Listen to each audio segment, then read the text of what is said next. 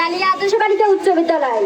আমরা বাংলাদেশের নাগরিক, আমরা বাংলাদেশে স্বাধীনভাবে চলাচল করতে চাই, কিন্তু আমাদের বাংলাদেশে স্বাধীনভাবে চলাচল করার মতো কোনো অধিকার নাই। তাই আমরা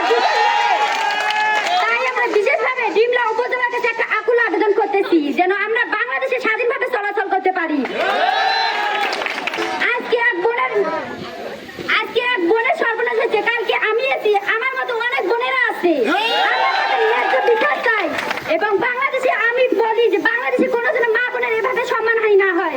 সেই কারণে বাংলাদেশের কাছে আমার একটা আকুল আবেদন, যেন আমরা বাংলাদেশে ন্যায্য বিচার পাই এবং নারীরা যেন ন্যায্য বিচারের অধিকারে চলতে পারি।